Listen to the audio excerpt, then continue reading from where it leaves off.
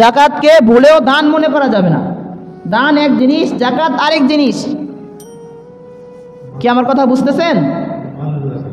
এটা আমার সম্পদের আমি জাকাত দিতেছি, আমার সম্পদ আমি পবিত্র করতেছি, এটা আমি আমার দায়িত্ব পালন করতেছি, এটা কখনো দান হবে না।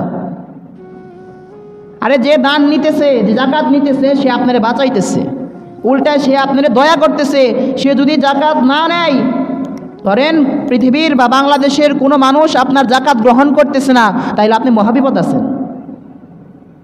তাইলে কি জাকাত নিয়ে সে উল্টা আপনারা দয়া করতেছে, আপনি তারে জাকাত দিয়ে দয়া করতেছেন, এটা না।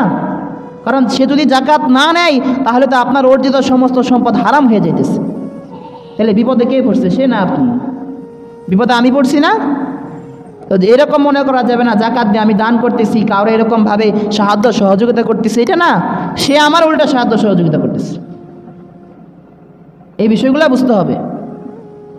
তো জাকাত কখনো দান মনে করা যাবে না, আর এটাকে ঐচ্ছিক কোনো আমল মনে করা যাবে না, যে আমার ইচ্ছা দিলাম, ইচ্ছা হলো দিলাম না। না, এটা দিতে হবে, বাধ্যতামূলক। নামাজ যেরকম ফরজ, জাকাত আদায় করা ঠিক তেমনি ফরজ। আজকে জুমার নামাজ যেরকম ফরজ, জাকাত আদায় করা ঠিক তেমনি ফরজ। রোজা রাখা যেরকম আল্লাহ পাক রব্বুল আলামিন কুরআনুল কারীম দ্বারা ফরজ করে দিছে, জাকাতও ঠিক ওই রকমভাবেই ফরজ করে দিছে। আল্লাহ রসুল সাল্লাল্লাহু আলাইহি ওয়াসাল্লাম হাদিসের মধ্যে বলেন, এক ব্যক্তি আল্লাহ রসুলের কাছে গিয়ে বলতেছে, ইয়া রাসূলুল্লাহ, ইয়া হাবিবাল্লাহ, আমার এমন কিছু আমল শিখাইয়া দেন যে আমলগুলা করলে আমি জান্নাত যাইতে পারব। তা আল্লাহ রসুল সাল্লাল্লাহু আলাইহি ওয়াসাল্লাম বলতেছেন, তুমি যদি জান্নাত পাইতে চাও, তা আবুদুল্লাহ, এক নম্বরে তুমি তোমার রবের ইবাদত করো, ওয়ালা তুশরিকা বিহি শাইআন, কখনো তোমার রবের সাথে কাউকে শরীক কইরো না।